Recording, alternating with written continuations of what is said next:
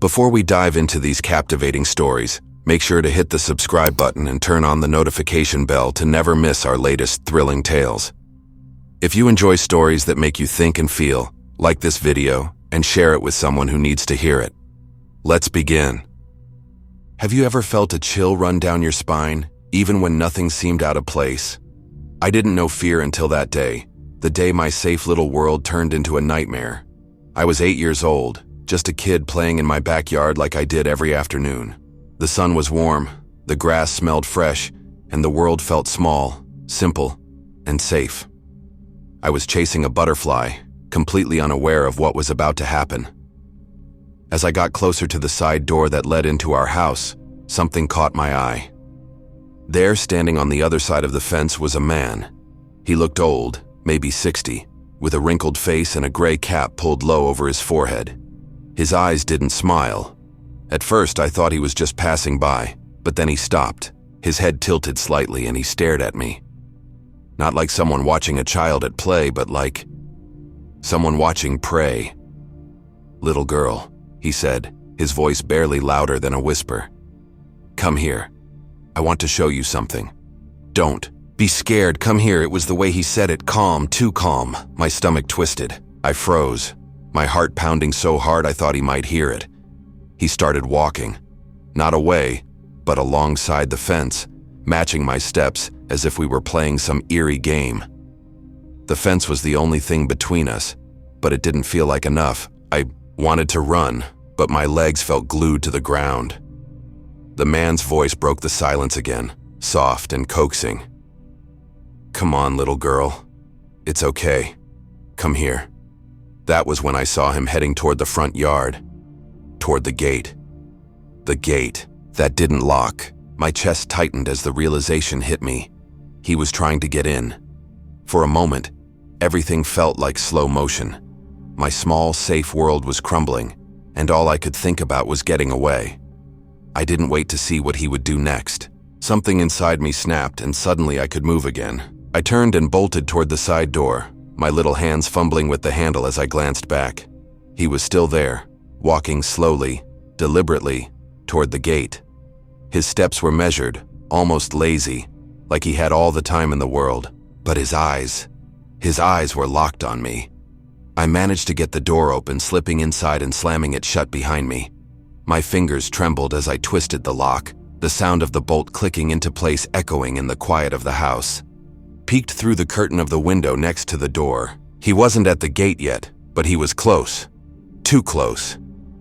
His face was calm, expressionless, but there was something so wrong about the way he moved, like he was enjoying this. I ducked down, crawling away from the window, afraid that if he saw me, he'd know I was still watching. My mind raced with questions. Who was he? Why was he here? What did he want with me? As I crouched in the hallway, every creak of the house sounded deafening.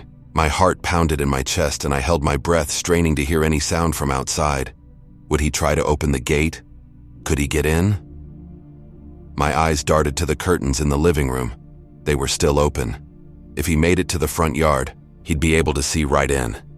The thought sent a fresh wave of fear coursing through me. I couldn't stay there. I had to do something. I didn't waste another second. Staying frozen wasn't an option. I crawled toward the living room, keeping low to the ground, my knees scraping against the floor. Every move felt painfully slow, like the world had slowed down to stretch out my fear. When I reached the curtains, I stood up just enough to grab them and yank them shut. The room plunged into a dim, eerie silence, broken only by my shaky breaths. Darted back to the hallway and pressed my ear against the wall, trying to catch any sound from outside. That's when I heard it. A faint shuffling noise, the sound of his footsteps on the gravel outside the gate. My body stiffened as the realization hit me. He was closer than I thought. The gate creaked. It was a small sound, but to me, it felt as loud as a scream. I imagined his hand on the latch, testing it, realizing it didn't lock. Panic surged through me like a wave. I scrambled up the stairs 2 steps at a time, desperate to put as much distance between him and me as possible. My hands gripped the railing so tight my knuckles turned white. I burst into my dad's room, tears streaming down my face. "Dad!" I gasped, barely able to get the words out. "There's a man outside. He's trying to get in." My dad's face changed instantly.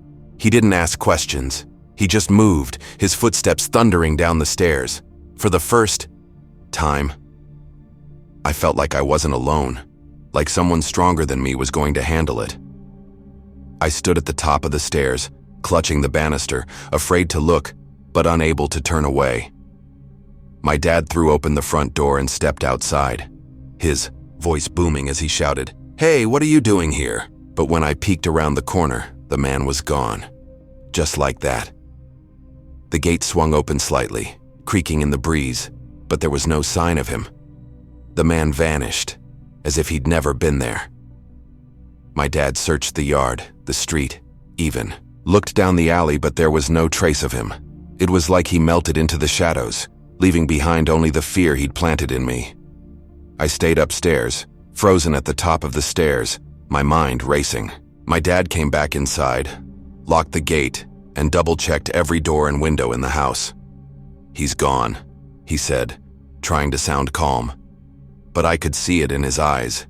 He was shaken too. That night, I couldn't sleep. Every little sound felt like footsteps outside my window. Every shadow seemed like it could be him, waiting, watching. I kept replaying his voice in my head the way he whispered, "Come here. Don't be scared."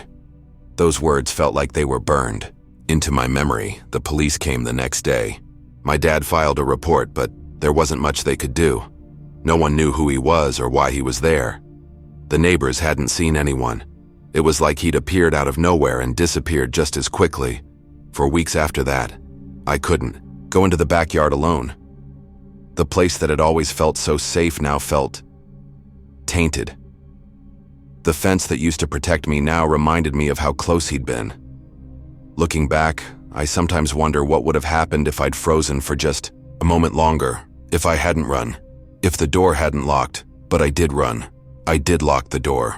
And maybe that's why I'm here today, telling this story, instead of being another terrifying headline. Even now, as an adult, I can still hear his voice in my mind, soft and chilling, whispering from the other side of the fence. And I'll never forget the feeling of realizing that safety isn't guaranteed, not even in your own backyard.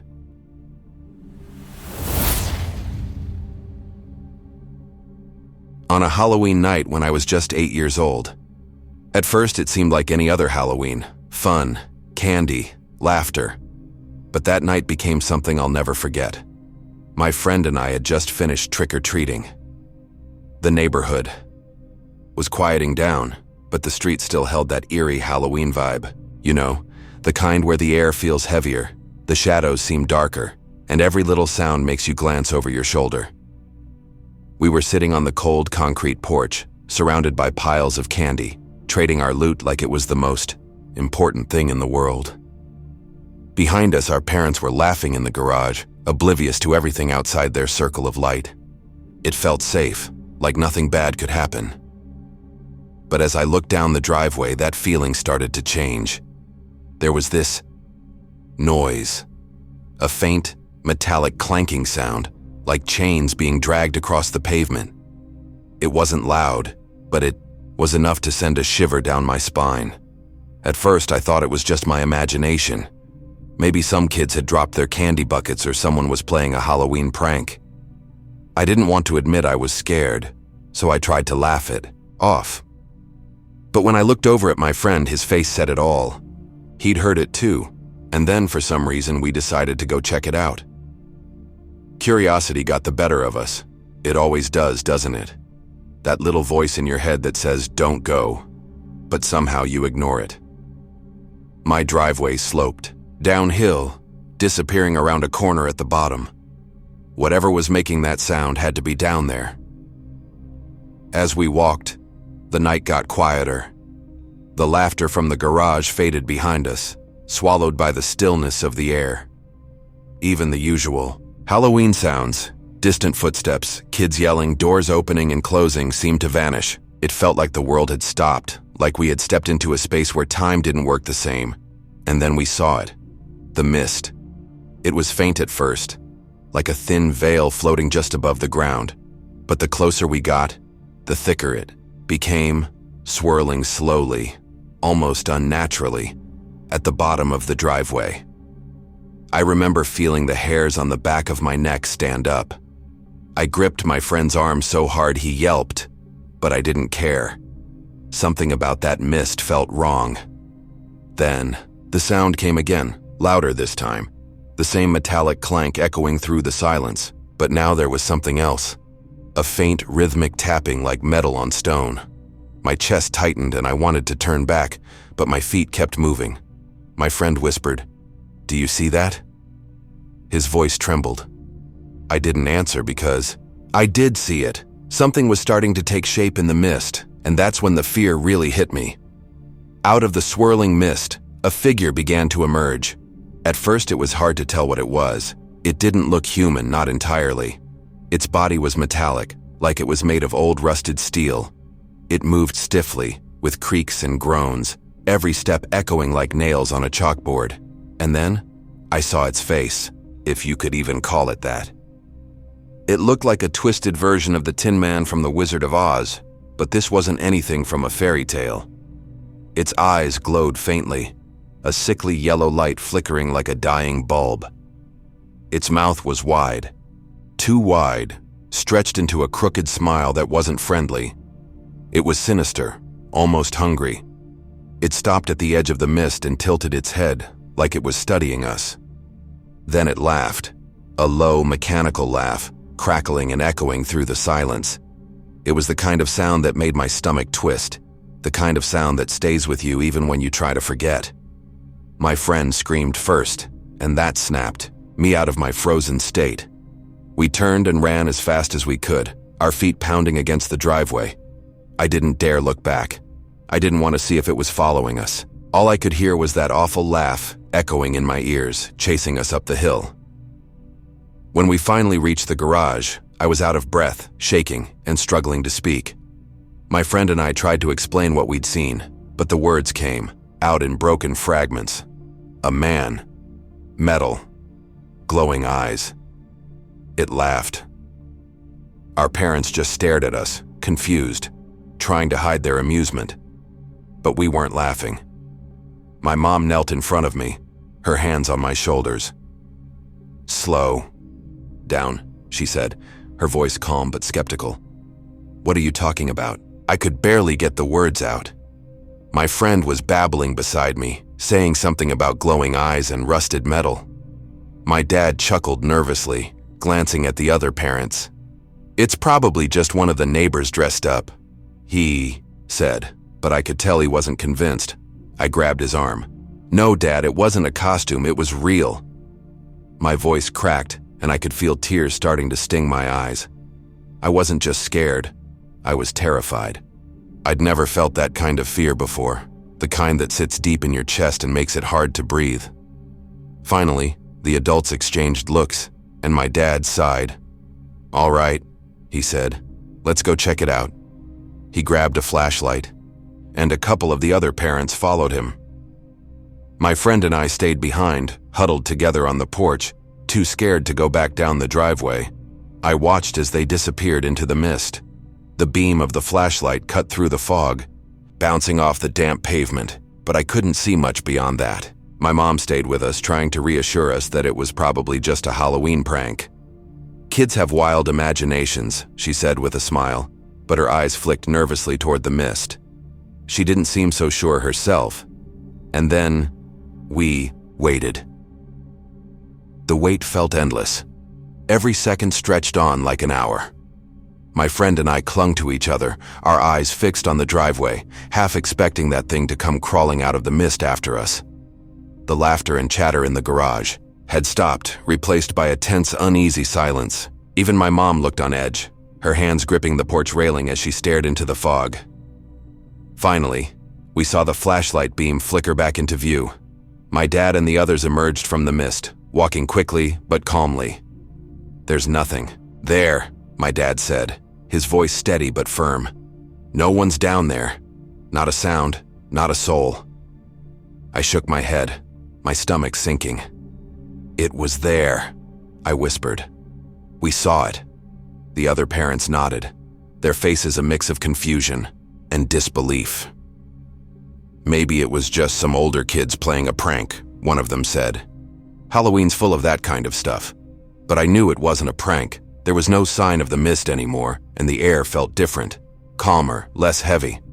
It was like whatever had been there had vanished, leaving no trace behind. But that didn't make it any less real. For days, I couldn't stop thinking about it. That laugh haunted my dreams, and I kept replaying the moment those glowing eyes appeared in the mist. My friend and I tried to convince ourselves it was just a kid in a costume, but deep down, we both knew the truth. Whatever we saw that night wasn't human. Even now, years later, I can still hear the sound of those metal footsteps, the echo of that terrible laugh. And every Halloween, when the streets are quiet and the fog starts to roll in, I can't help but wonder, what if it's still out there waiting for someone else to walk down their driveway?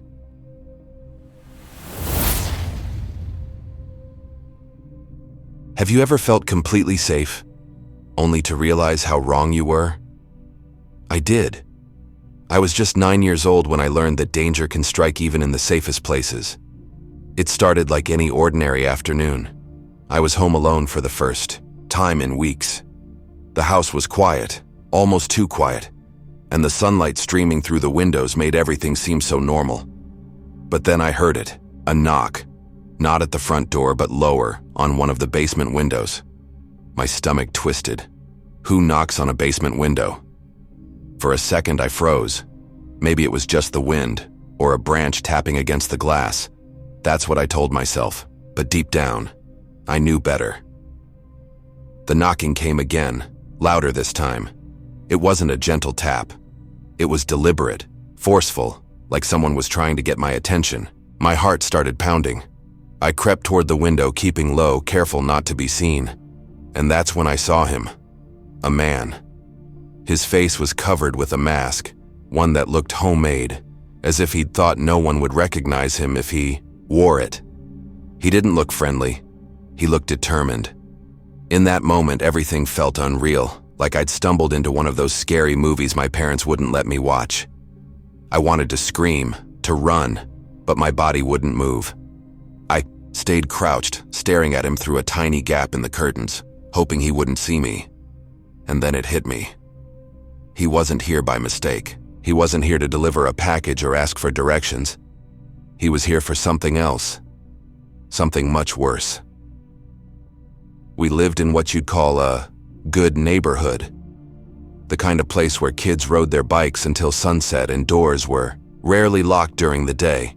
It was safe, at least that's what everyone believed. But that belief was shattered a few weeks earlier when 2 houses on our street were robbed. The burglars had broken in during broad daylight, taking everything, from jewelry to electronics. The police came, neighbors talked, but nothing ever felt the same after that. That day, I was home alone for the first time since the robberies. My parents had gone out to run errands, promising to be back soon. "Keep the doors locked," they said before they left. I remember nodding, trying to act brave, even though the idea of being alone made me uneasy. I kept telling myself, it's just a couple of hours, nothing will happen. I stayed upstairs most of the time, reading and trying to distract myself, but the silence was unnerving. It wasn't like the comforting quiet you get when everything's normal.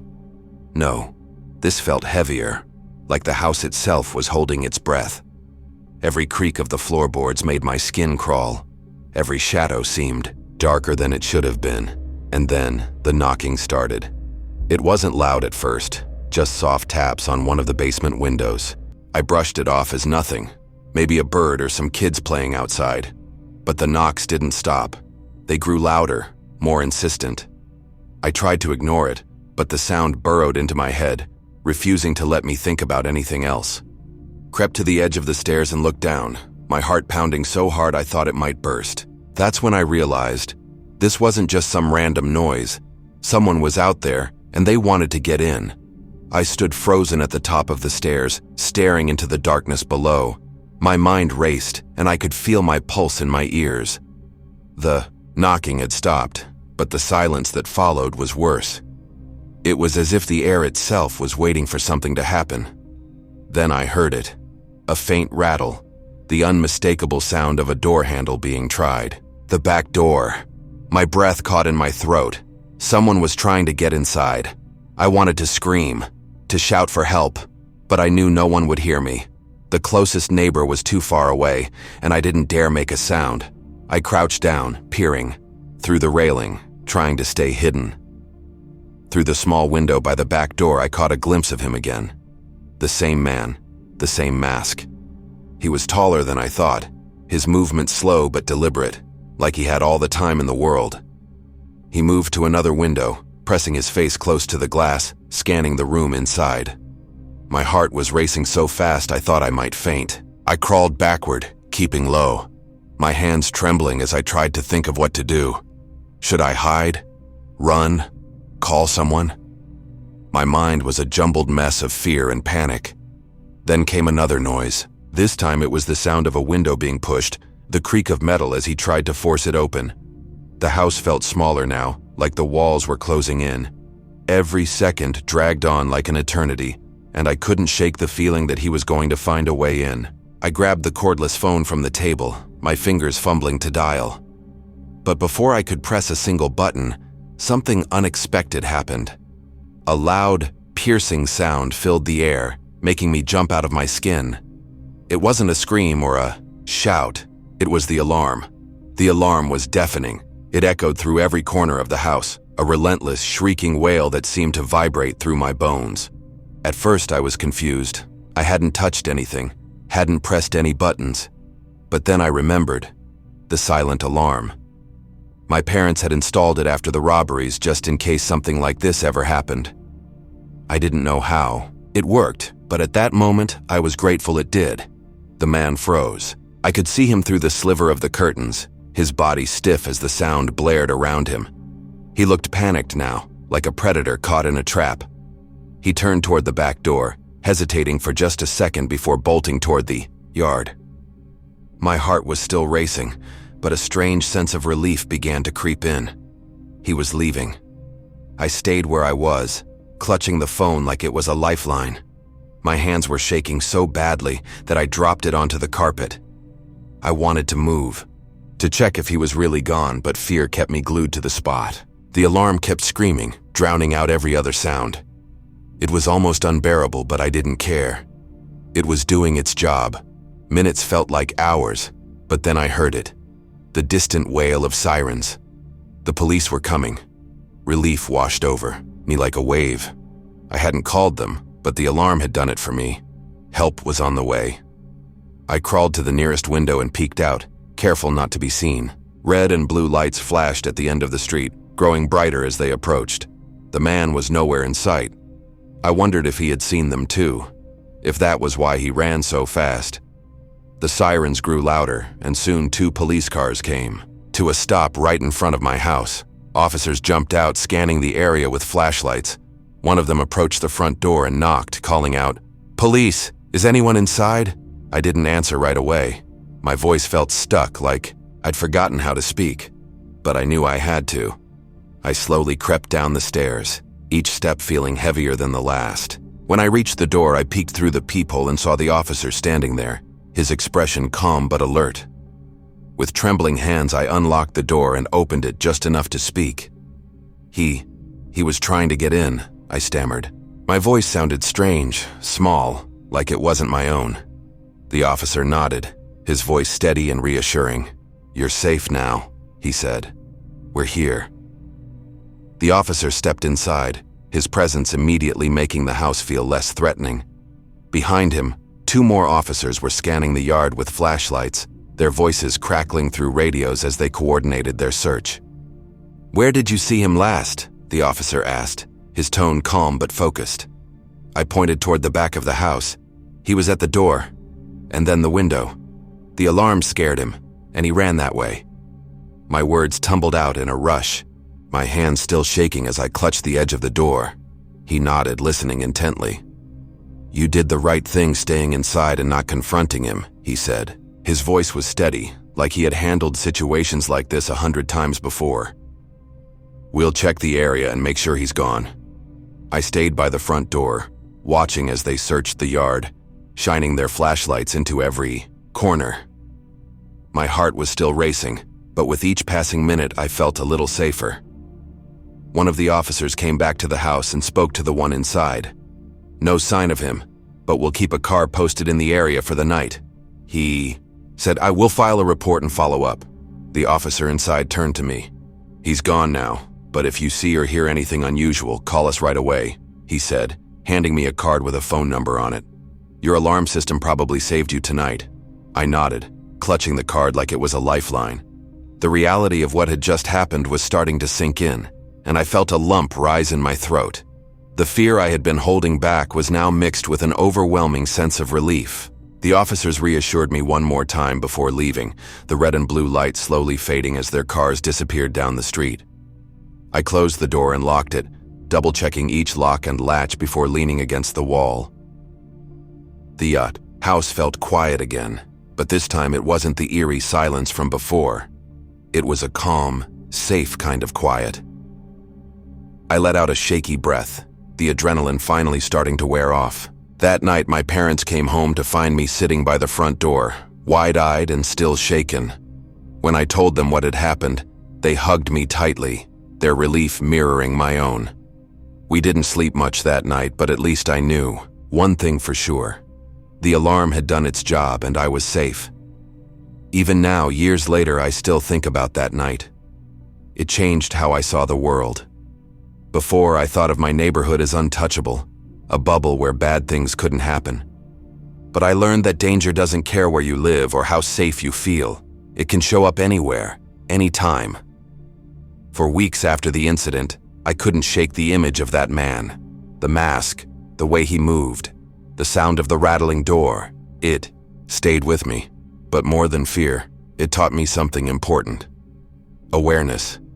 I don't leave doors unlocked anymore, not even for a minute.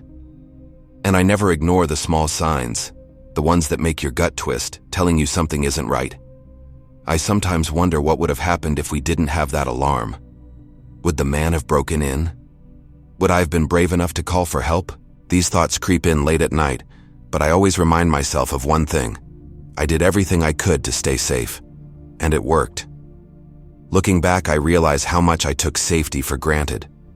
That day, I learned that even in the quietest, safest places, we have to be prepared for the unexpected.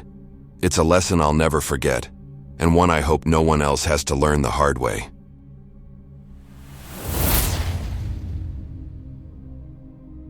Have you ever answered a phone call and felt your entire world shift in an instant? I did. And that moment changed me forever. I was younger then, just a kid who thought the world was mostly safe. It was an ordinary day after school, the kind where the house was quiet and I had nothing to do but wait for my mom to come home. I wasn't scared or worried. Why would I be? It was just me and the familiar creaks of the house. Then, the phone rang. I didn't think much of it. It was probably a telemarketer or one of my mom's friends. But when I picked it up, the voice on the other end wasn't one I recognized. It was a man. His tone was calm but cold, and he asked a simple question. Is your mom home? My heart skipped a beat, but I knew what to do. My mom had drilled it into me countless times. If anyone asks, tell them I'm busy, in the shower, or in the bathroom. So I lied. I said, she's in the bathroom. She'll be out soon. I thought that would be enough. It always had been. But what he said next made my blood run cold. You're lying. You're there alone. And I'm coming over. I froze. My hand tightened around the receiver, and for a moment I couldn't breathe. His words echoed in my mind. You're lying. You're there alone. And I'm coming over. It was as if time had stopped. I could hear the faint hum of the fridge in the kitchen, the ticking of the clock on the wall, but everything else felt eerily still. My heart was pounding so loud it drowned out my thoughts. I wanted to scream, but no sound came out. I slammed the phone down, but the terror didn't stop. My mind raced. Who was he? How did he know I was alone? Was he already outside? I felt exposed, like the walls of the house couldn't protect me anymore. I ran to the window, peeking through the curtains, my hands trembling. The street looked empty, but every shadow felt alive. Every sound, a car passing by, the creak of the floor beneath my feet, made me jump. I wanted to believe it was a cruel joke, just someone trying to scare me. But his voice, it was too deliberate, too real. He knew. Somehow, he knew. I couldn't stay still. My legs felt like jelly, but I forced myself to move. My first thought was to call my mom. She'd know what to do. She always did. With shaky hands. I picked up the phone again and dialed her work number.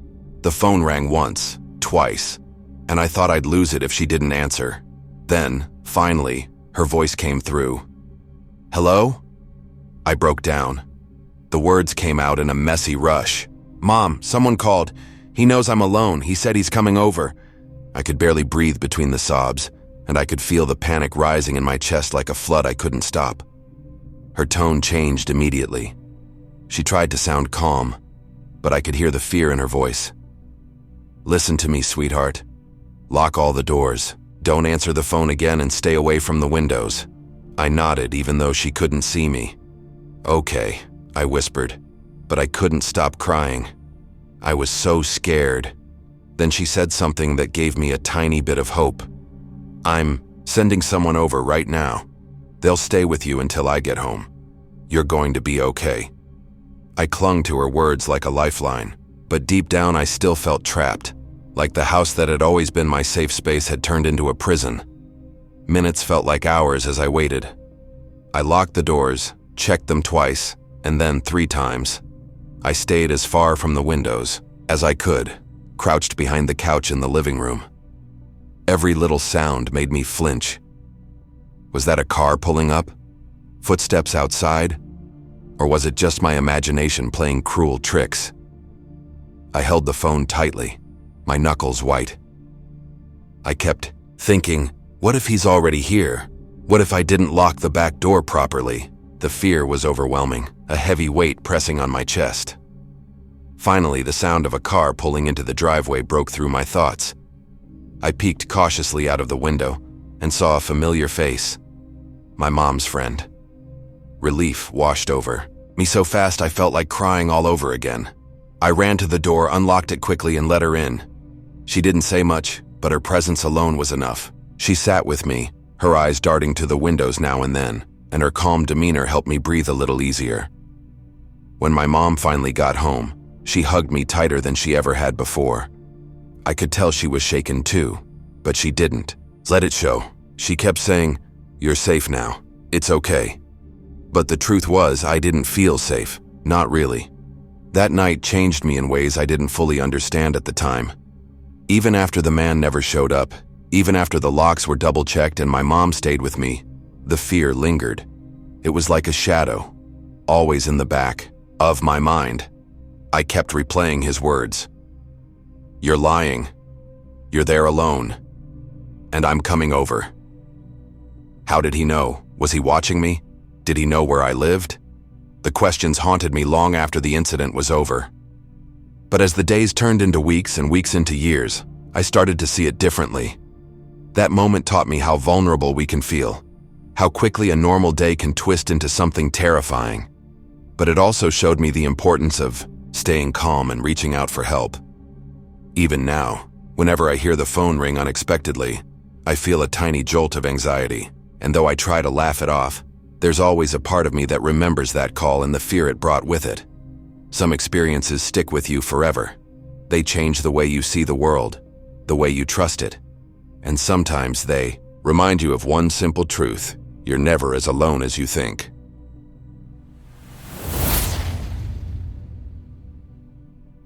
Have you ever woken up in the dead of night and felt like you weren't alone?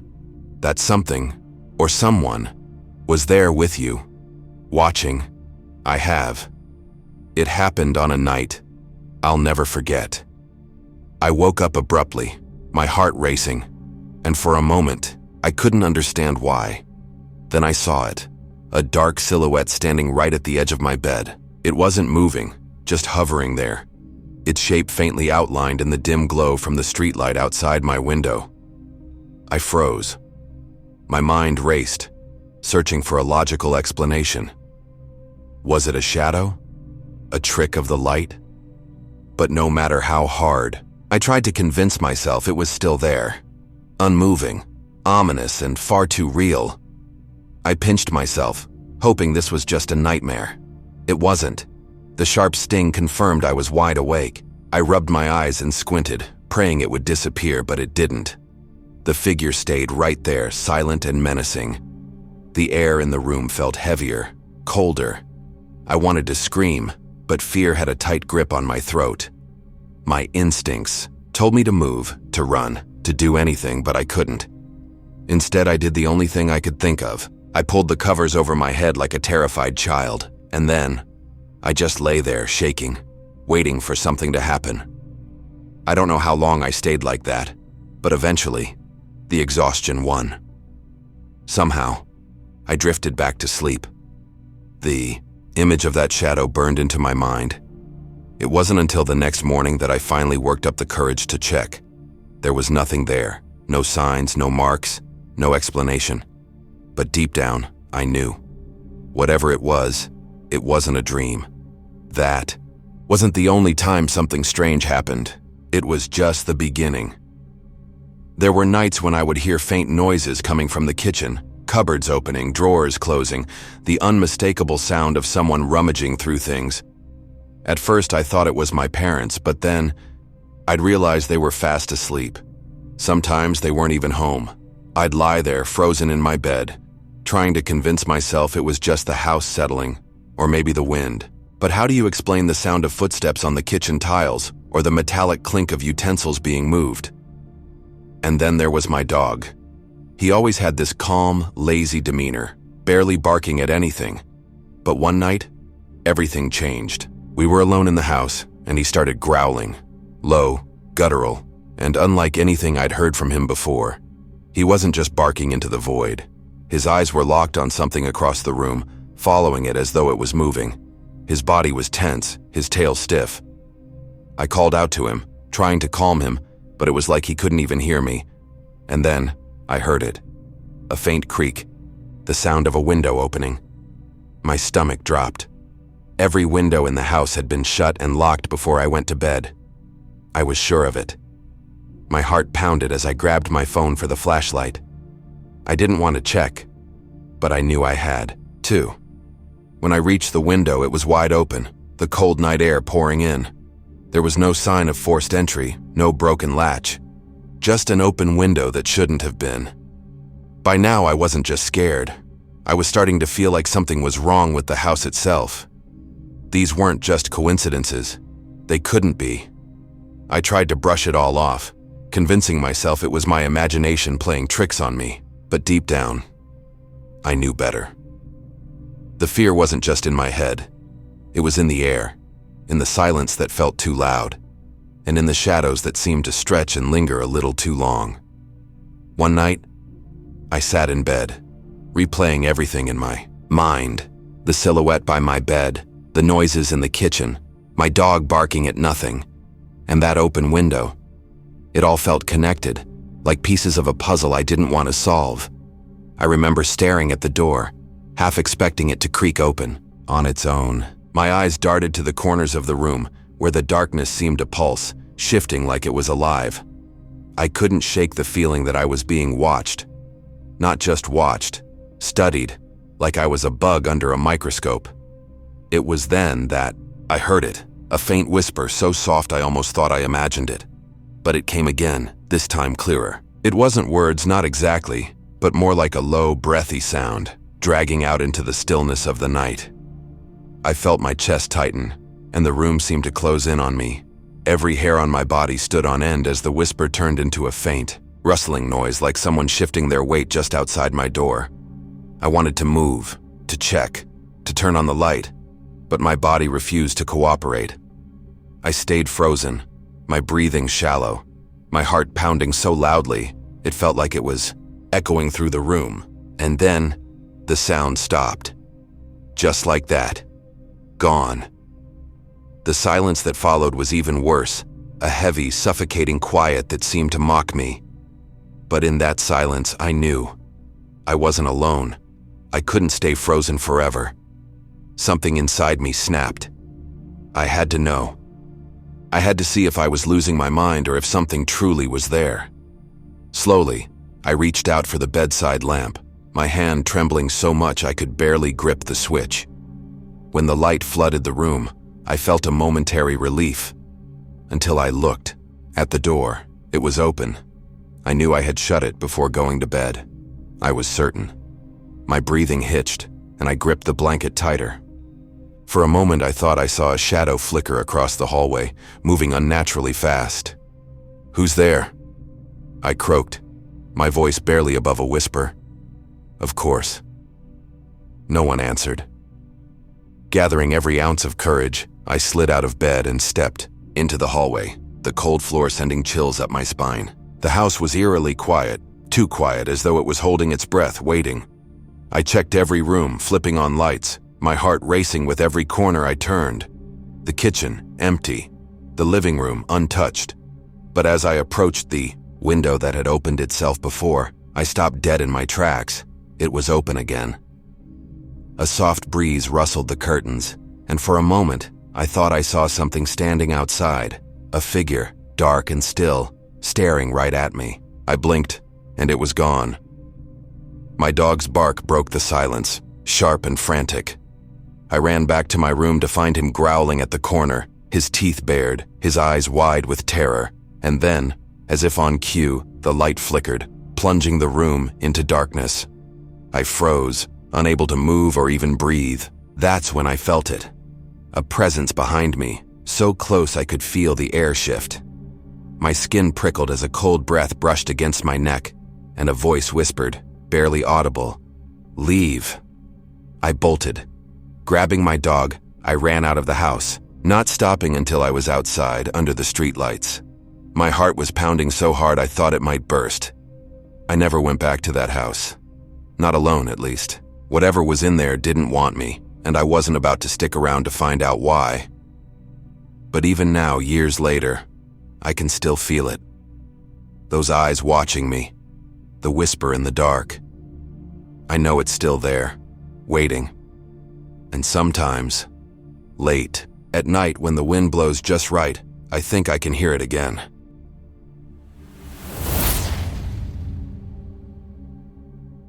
I was a teenager, home alone, while my parents went out for dinner with their friends. It wasn't the first time, and honestly, I wasn't worried. The house was quiet, just the way I liked it when I needed to concentrate. I was in my room, working on homework. No music, no TV, nothing to distract me. The only company I had was my cats, lazily sprawled out beside me, and the dog, who was fast asleep on her bed in the living room. Everything felt calm. Too calm. Looking back, I should have noticed how still everything was. Not the comforting kind of stillness, but the kind that creeps under your skin. The kind that feels unnatural, like the world is holding its breath. At the time, I didn't think anything of it. But soon, I would. My parents always stayed out, late when they went to dinner with friends. It was almost a tradition, leaving around 7, coming back well past midnight. That night I didn't expect them home for hours, so I had the house to myself. Or at least I thought I did. The cats were curled up by my feet, purring softly, and the dog was stretched out on her bed in the living room, completely oblivious to the world. I had no reason to feel uneasy. The house was quiet, the kind of stillness that usually made me feel safe.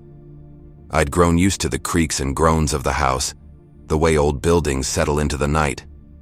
But as the hours passed, the quiet began to feel different. It wasn't just silence anymore. It was the kind of stillness that makes your ears strain, your mind second-guess every little sound. Still, I stayed put, telling myself it was nothing. It was just another ordinary night. But the thing about ordinary nights is how quickly they can become anything but. It was around 9 p.m. when I heard it, the unmistakable sound of the garage door opening. That low, mechanical hum that signaled someone was home. I froze for a moment, pencil hovering over my notebook. My parents weren't supposed to be back this early. Then came the sounds that followed. The familiar shuffle of footsteps as if people were getting out of the car. The clinking noise of keys hitting the counter near the laundry room door. Even the dog, who I thought was asleep, seemed to wake up. I could hear her collar jingle as she greeted whoever had walked in. For a moment I felt relief. Maybe my parents had come home early. Maybe their dinner plans had wrapped up sooner than usual. It all seemed so ordinary, so real, that I didn't question it. But something didn't sit right. The house felt off. I couldn't put my finger on it, but there was a weight in the air, a subtle tension that made my skin prickle. Still, I pushed it aside. I got up ready to greet them and headed toward the living room, and that's when everything started to unravel. As I stepped into the living room, I expected to see my parents unpacking leftovers or chatting about their evening. But instead, I was greeted by darkness. The lights were off, the room was still, and the dog, she was right there on her bed, sound asleep. I stopped in my tracks, staring at her. How could she be asleep? I'd just heard her greeting someone, the sound of her collar jingling clear as day. My eyes scanned the room, searching for any sign of movement. Nothing. My heart began to pound as I moved toward the laundry room. The door was shut tight, just as it had been all evening. I hesitated before opening it, half expecting to see my parents' car parked in the garage. But when I flicked on the light, the garage was empty. No car, no sign anyone had been there. The door leading outside was locked, just as I had left it. I stood there staring at the empty space, my mind racing. For an explanation. Maybe I imagined it? Maybe I'd been so focused on my homework that my mind played tricks on me. But deep down, I knew what I heard. And that's when the uneasy stillness of the house became something much darker. I stood there in the doorway, staring at the empty garage, my stomach twisting into knots. I couldn't shake the feeling that something was wrong. The sounds I'd heard, the garage door, the footsteps, the dog's collar, they had been so vivid, so real. But now there was nothing. I stepped back into the living room, hoping for any sign I might have missed. The dog was still in the same spot, her chest rising and falling with each steady breath. She hadn't moved. It didn't make sense. If someone had come in, she would have been alert, barking, anything but this.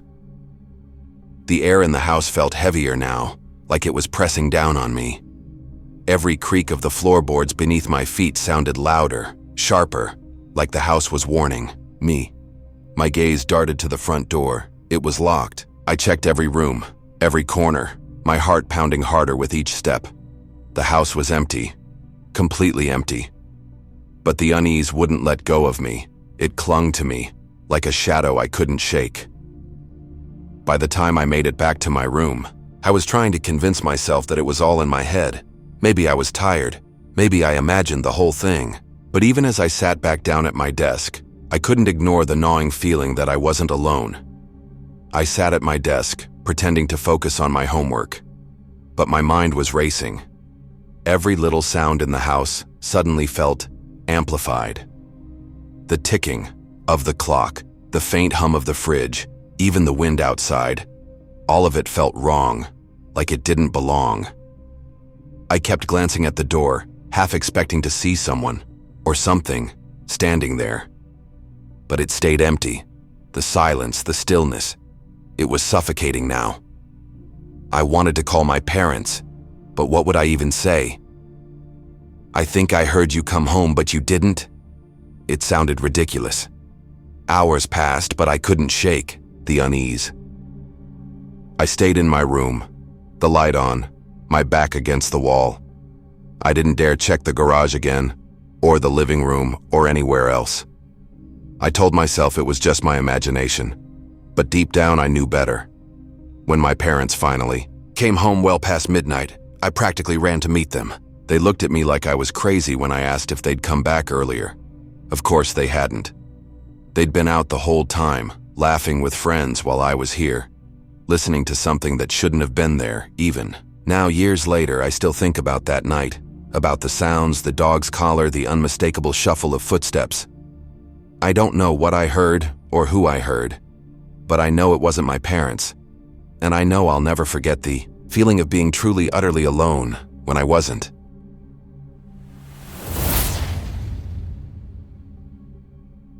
Have you ever had a moment in your childhood that you still can't explain? Something so chilling it makes your skin crawl, even years later? I do. It happened when I was 12, in the comfort of my friend's den. We were doing what kids did back then, messing around on ICQ, chatting with strangers, and laughing about nonsense. It was a regular day, nothing unusual. But that's the thing about moments like these. They sneak up on you when you least expect them. I remember the room clearly. It was warm and cozy, filled with random knickknacks her family had collected over the years. But out of nowhere, I felt it. A sudden icy coldness. Not like a draft from a window or the chill of air conditioning. This was different. It wasn't just cold. It felt alive. Like it was moving through me, wrapping itself around me, seeping into my skin. I froze, my fingers hovering over the keyboard. I wanted to brush it off, tell myself I was imagining it, but I couldn't. The feeling was too strong, too real. Then it hit me. A strange energy, like a force pulling at me, telling me no, demanding that I turn my head to the right. I didn't want to. My gut screamed not to, but my body wasn't listening. Slowly, I turned, and that's when I saw him. A man, standing there, staring right at me. He wasn't close, just in the corner of the room near the shelves. But I could see him clearly. He didn't look angry or threatening. If anything, he looked happy, too happy. His grin stretched across his face in a way that didn't feel natural, like it was glued there, frozen in place. My heart pounded so hard I thought it might explode. For a moment, I thought maybe he was just a family member, someone visiting. But then I realized no one else was supposed to be home. And yet, there he was, smiling, watching, waiting. I didn't scream. I didn't even move. I just sat there staring at him, my hands trembling over the keyboard. My friend, who was sitting right next to me, noticed something was wrong. She nudged me and whispered, "What's up? You look like you've seen a ghost." Without taking my eyes off him, I whispered back, "There's a man, standing over there." She frowned, clearly confused, and glanced in the direction I was looking. "What man?" she asked. Her tone was sharp now, almost annoyed, like she thought I was playing some kind of prank on her. But I wasn't joking. I wasn't imagining it either. He was still there, as clear as day, with that same unsettling grin. I tried to stay calm, though my voice was shaky. I described him, his short hair, his wrinkled shirt, the way his hands hung at his sides as if he had all the time in the world. The moment the words left my mouth, her face drained of color. She didn't even respond to me. She just bolted out of the room, shouting for her mom. I sat there frozen, unsure of what to do. The man didn't move. He didn't react. He just kept staring, like I was the only thing in the world that mattered to him. It wasn't until her mom rushed in that the spell broke. I turned to look at her, and when I looked back, he was gone. Just like that.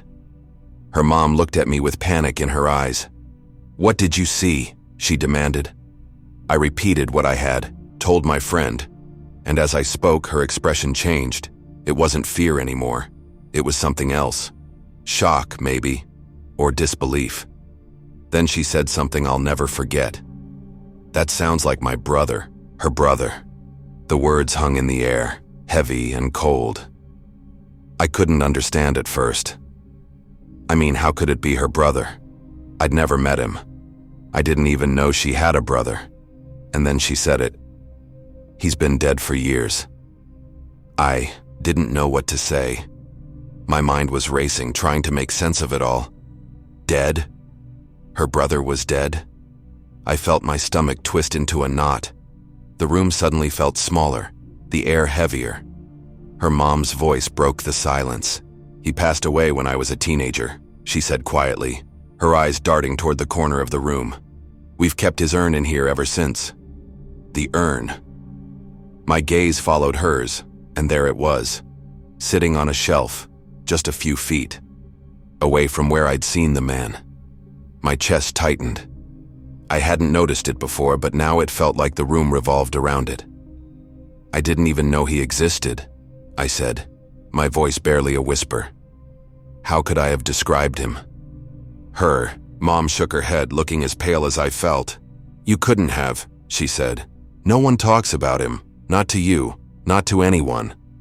That's when the gravity of it hit me. I had described someone I'd never known. Someone who wasn't supposed to be there. Someone who wasn't alive. The man, her brother, had been gone for years. And yet, I saw him as clearly as I saw my friend sitting next to me. I wanted to leave, to run out of that room and never come back, but I couldn't move. It was as if the energy I'd felt earlier was still holding me in place, reminding me of what I'd just witnessed. My friend grabbed my arm, snapping me out of my daze. We're getting out of here, she said, pulling me toward the door. But as we left, I couldn't help glancing back at the shelf one last time. The urn sat there, unmoving, surrounded by shadows that suddenly felt alive. And though the man was gone, I could still feel his eyes on me, watching, smiling, as if he knew something I didn't. The ride home was a blur. My friend and her mom didn't say much after that, and neither did I. But my mind was screaming with questions. Who was he? Why had I seen him? Was it just a coincidence, or was there something more to it? That night, I couldn't sleep. Every time I closed my eyes, I saw his face. The wide, unnatural grin, the way he stood so still, and those piercing eyes that seemed to see through me. I tried convincing myself it was just my imagination, but the details were too vivid, too real. The next morning, I finally worked up the courage to call my friend. She picked up after a few rings, and I could hear the tension in her voice. Hey, she said. You okay? I hesitated, then said, I can't stop thinking about yesterday. About him.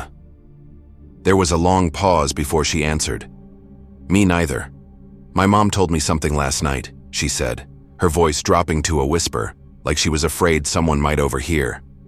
She said he was always protective, especially of me. She thinks maybe he was just checking on us. That should have been comforting, but it wasn't. Because deep down, I couldn't shake the feeling that there was more to it. Something we were missing. Something he wasn't telling us. I didn't go back to her house for a long time after that. And when I finally did, I couldn't bring myself to go into the den. Just walking past it made the hairs on the back of my neck stand up. I'd feel that same cold energy again, like a shadow following me, lingering just out of sight. My friend said she felt it too, but we never talked about it after that day. It was like an unspoken rule. Acknowledging it made it too real. Even now, years later, I still think about him. That man with the chilling grin. I'll catch myself looking over my shoulder, half expecting to see him standing there. I've tried to make sense of it, but I've given up trying to explain it. Maybe it was a ghost. Maybe it was something else entirely. All I know is that some things leave a mark on you, a shadow you can't shake no matter how much time passes. And sometimes, you don't want to look too closely, because the truth might be even scarier than the unknown. And that's my story. Have you ever experienced something like this? Something you can't explain? If you have, let me know in the comments. I'd love to hear your story. Or maybe I'm not the only one still being watched.